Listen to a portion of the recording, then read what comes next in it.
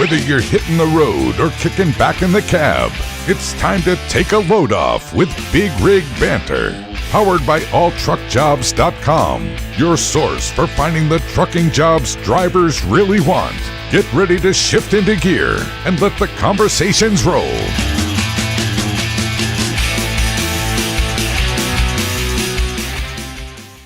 All right, I'm here with Pax Rolfe, the safety generalist at Melton Truck Line. Pax, how are you doing today? Doing very well, thank you. Good. So the weather's warming up, and how does summer driving differ from winter driving? Obviously there's no ice or snow to worry about depending on where you are, I guess, but there's still hazards while driving in the warm winter, are there not? Absolutely. I think, unfortunately, one of the people don't think about summer driving as much as they do about the winter driving. The weather changes, and you probably the first thing that comes out when we start talking about winter driving, and I do our publication, a safety topic guide that we put out, and this month's article, getting ahead of it, is on hydration and summer issues. We really just kind of start diving into heat injuries, because that's probably the biggest thing that's going to affect drivers as we go into the summer, as they get exposed to high temperatures, and being able to recognize when they're in danger and take action, or recognize when other drivers are in danger and take action, and also the things that they can do to help prevent those heat injuries. And what's the biggest misconception about summer driving? I think a lot of truckers realize it's summer and they can either just roll the windows down or just crank the air condition up, but it's definitely more dangerous than I think people think. Yeah, absolutely. One of our terminals at Melton Truck Lines is down there in Laredo, Texas, and it's funny. I think probably if I looked up today's temperature for Laredo, it's probably in the 90 degrees, might be touching 100. So as you get down in those southern states, Florida and Texas and Arizona, the temperatures can come up real quick even in early spring.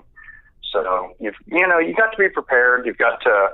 Hydration is one of the biggest things. If you know that the weather's going to be hot that day and you're going to be out there working in it, you got to be. Thirst is your guide. If you're feeling a little bit thirsty, then you should probably drink some water. You also want to alternate some sports beverages maybe in with that, some Gatorades. Avoid caffeine, which for a truck driver is going to be horrible because you can't get me without my coffee. And I may be an office guy now, but I've got 4 or 5 years of flatbed under my belt, so I've been out there and done that. And experience these things. I can remember a time when I worked a day and helped a couple of other drivers get their loads secured because they weren't experienced with flatbed, and so helped them get their load secured. And then I ended up having to do my load and then hit the road.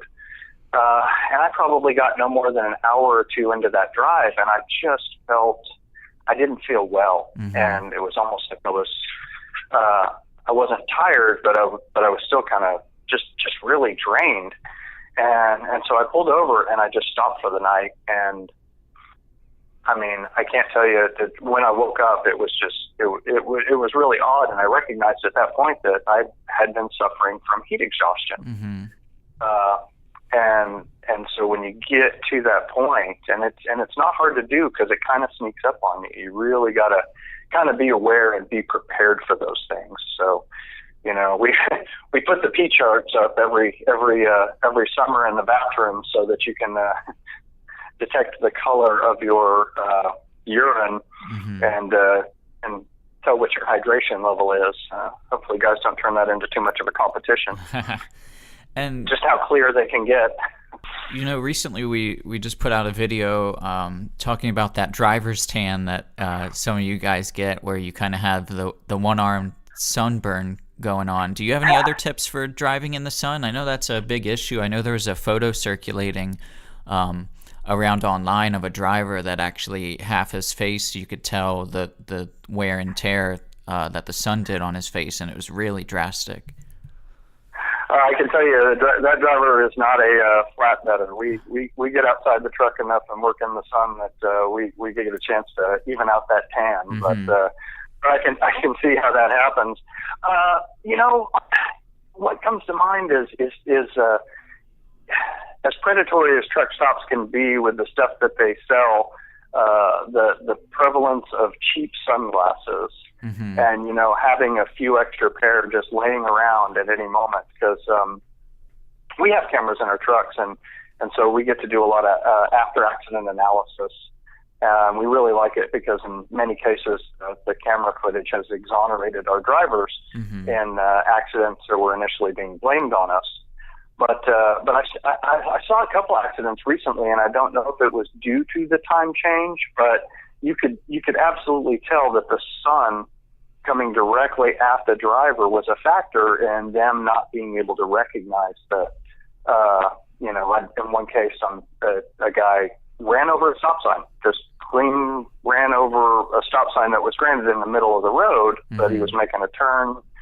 And you could tell how much the sun was a factor, and as you're coming up to traffic lights with the sun behind them, a lot of times it's hard to tell. But a good pair of polarized lenses can be really helpful. And then I go back to a book I read a long, long time ago called Baba Black Sheep, and it was about Pappy Boyington, the ace fighter pilot.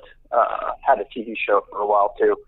And a little trick that he wrote about in the book that he would spot enemy aircraft coming out of the sun was he would just close one eye and hold his thumb over the sun, and he said, you could then see around. and I've used that trick, pulling out of my driveway in the morning and trying to pull onto the highway when the sun is, I'm looking into the sun to see oncoming traffic, and I'll just squint one eye and put my thumb over the sun, and sure enough, I can see what traffic's coming down the road at that point.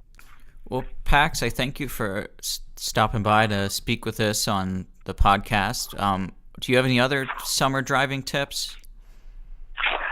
I would say, in the summer, traffic tends to go up. A lot of people out on vacation and out on breaks, and a lot more driving around goes on when the weather gets better. And I'd also say that you'd be aware that there's going to be a lot more construction because with the longer days and the better weather is going to allow the construction crews to get out there and do their thing. So those are the other things that I'd think of. Awesome. Well, once again, a big thanks to Pax Rolfe from Melton Truck Line. Pax, thank you so much for joining us. Very welcome. Anytime. Thanks for tuning in to another edition of Big Rig Banter. For your next job, check out alltruckjobs.com, the premier online source for finding the best driver jobs in the country. Browse hundreds of positions by freight or driver type to get back on the road with confidence. Click subscribe to keep the conversations coming. Until next time on Big Rig Banter.